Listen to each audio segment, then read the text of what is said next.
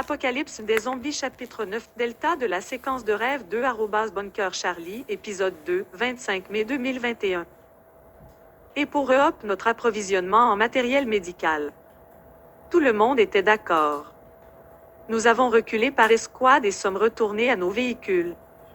Nous étions de retour au poste de commandement installé à la hâte pour le groupe de travail Wipe EM Clean, à environ 1 mille au sud de l'aéroport.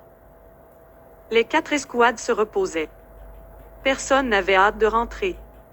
L'aéroport entier était infesté de ces choses affligées. Certains scientifiques nord-coréens fous avaient réussi à transformer tout l'aéroport en une expérience de zombies humains bio-dangereux qui avait conduit au niveau suivant, l'apocalypse des zombies. Tout ce qu'ils avaient fait au sujet de tests les avait transformés en zombies, affamés de chair et de sang chaud. Mais quels qu'ils soient et quoi qu'ils aient fait, ils ont créé ces choses affligées, nous avons tout réalisé qu'il serait plus difficile que nous ne le pensions d'assurer la survie de l'humanité. Plusieurs jours plus tard, nous et les 3 mêmes équipes sommes retournés pour reprendre là où nous nous étions arrêtés. La première équipe comptait un soldat de moins. Mais nous devions effacer les choses affligées à tout prix. La première équipe s'est déplacée dans l'entrée après avoir lancé plusieurs flashbangs. Les soldats portaient des visières qui leur permettaient de voir à travers l'épaisse fumée. Les 3 escouades ont disparu dans le chaos. HK nous a conduits avec son fusil de chasse prêt. Les 6 médecins ont suivi et j'ai couvert l'arrière. HK a continué sur la bonne voie, ce qui signifiait que les 3 équipes s'étaient déplacées plus loin dans le couloir. Il resta silencieux pendant les 15 premières minutes, puis un barrage de coups de feu a éclaté, accompagné de cris et de cris. Un soldat a crié « Continuez et tirez ». Quelques secondes plus tard, un autre soldat a crié « Supprimez le feu et reculez par escouade ». Une femme soldat a crié « Médecin ». Le chef de la 3e escouade a crié « Nous avons besoin de médecins ». Le médecin principal a répondu « En route ». HK menait, suivi des 6 médecins avec moi qui montaient à l'arrière.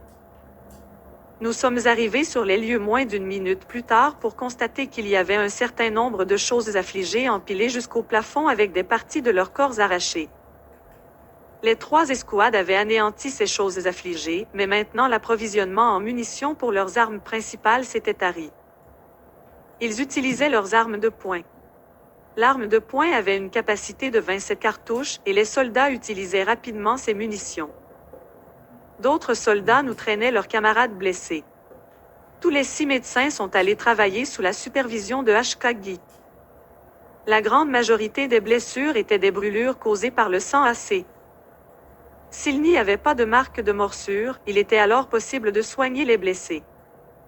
Les 3 dirigeants ont accepté de se retirer pour se regrouper et réapprovisionner les escouades en munitions. Certains des soldats boitaient et d'autres, plus gravement blessés, étaient portés par leurs camarades. Une fois que le dernier soldat blessé a été chargé dans le Hummer des médecins, une fois que les soldats étaient dans leurs Hummers, nous avons tout hurlé, arrivant au complexe de fortune en moins de 5 minutes. Quelques heures plus tard, HK et moi étions dans la zone blindée de la tente des infirmiers. Le médecin principal et d'autres médecins étaient occupés à soigner les soldats blessés. Presque toutes les blessures étaient des brûlures causées par le sang acide des Afflicted Things. Les vêtements des soldats avaient été brûlés. Beaucoup d'entre eux ont de graves brûlures sur la peau. Le sang acide des Afflicted Things avait également brûlé certaines des armes des soldats, le sang pouvant brûler ou liquéfier n'importe quoi.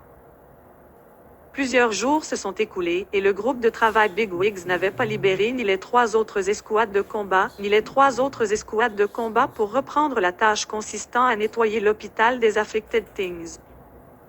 Jusqu'à présent, nous n'avions fait nulle part près de l'atrium. Nous étions toujours dans le couloir d'entrée, l'atrium proprement dit étant à 500 mètres. Aucun des 4 dirigeants ne s'en souciait. Ils ont gardé le silence dans l'espoir que les gros bonnets oublieraient tout de leurs escouades. De nouvelles armes ont été émises, les munitions ont été réapprovisionnées. De nouveaux soldats ont remplacé les blessés graves, de sorte que chaque escouade compte désormais 12 membres. Les 4 escouades ont reçu des ordres de disponibilité. À la pause café un matin, je suis tombé sur le chef de la première escouade, un fantassin des opérations spéciales de Manille. Sa spécialité était la guerre dans la jungle. Nous avons parlé brièvement, il pensait que j'étais médecin. Je l'ai corrigé en disant « Je suis un gardien pour l'équipe médicale ». Il a demandé « Vous connaissez la médecine ?» Je ne connais pas les médicaments d'un trou dans le mur, lui ai-je dit. Puis j'ai demandé « Qu'est-ce que nous n'avons pas vu à l'aéroport ?» Il a avalé une bouchée, puis a dit « Nous avons des ennuis. » Les choses font de nous les humains une source de nourriture. Et ils meurent de faim. Il y en a beaucoup là-dedans. J'ai demandé des lance-missiles sur l'épaule, mais ma demande a été refusée. Nous avons émis plusieurs grenades à main supplémentaires. Trop généreux, et je dis, qu'avez-vous ressenti à l'idée de tirer sur l'un de vos propres soldats? Il a poussé un souffle de désespoir. Après avoir réfléchi un moment, il a finalement dit, si je suis mordu par l'une de ces choses affligées, n'hésitez pas à me tirer la tête. C'est la chose la plus humaine à faire et aussi la bonne chose à faire. Sans oublier que c'est la chose la plus compatissante à faire, si le soldat tombé n'avait pas été réanimé, votre refus de la laisser être abattue aurait-il été maintenu? J'ai demandé. Absolument, dit-il immédiatement.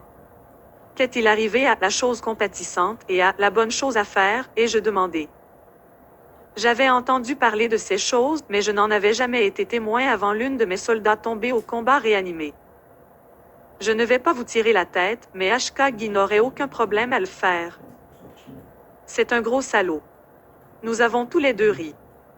À minuit, la mission est tombée. Les autres escouades avaient subi de lourdes pertes et demandé des renforts. Dès notre arrivée, nous avons été accueillis par des médecins et des soldats affolés. Nos 6 médecins leur ont fourni ce dont ils avaient besoin. Une douzaine de soldats gravement brûlés gémissaient. Nous ne pouvions pas y rester trop longtemps car les 3 escouades auxquelles nous étions attachés étaient entrées à l'intérieur. Ashka-gi a mené avec un fusil de chasse dans ses mains avec 6 médecins derrière lui et moi à l'arrière. J'étais pandémonium quand des fusillades ont éclaté, les soldats hurlant et hurlant. La chose affligée a hurlé horriblement alors que les balles transperçaient leur corps. Plusieurs soldats ont porté leurs camarades blessés jusqu'à la sortie. Le sang et la sueur couvraient leurs têtes, leurs visages et leurs uniformes tandis que la fumée s'élevait de leurs armes fondues. Le médecin principal a rapporté au QG recevoir un grand nombre de blessés avec des brûlures. Demandez un renfort. Le QG a répondu, refusé. Poussé en avant. Les personnes proches du médecin principal avaient entendu haut et fort le message du QG. Les 6 médecins et les autres médecins traitaient les brûlures. Ceux qui pouvaient encore marcher se dirigeaient vers les Hummers en attente. Nos 3 escouades se sont jointes à l'autre. Escouade et a continué avec la fusillade féroce. 5 minutes plus tard, la plupart de nos soldats étaient à court de munitions et ont commencé à utiliser leurs armes de poing. Il y avait plus de soldats qui avaient reçu de multiples brûlures. La fusillade féroce s'est poursuivie.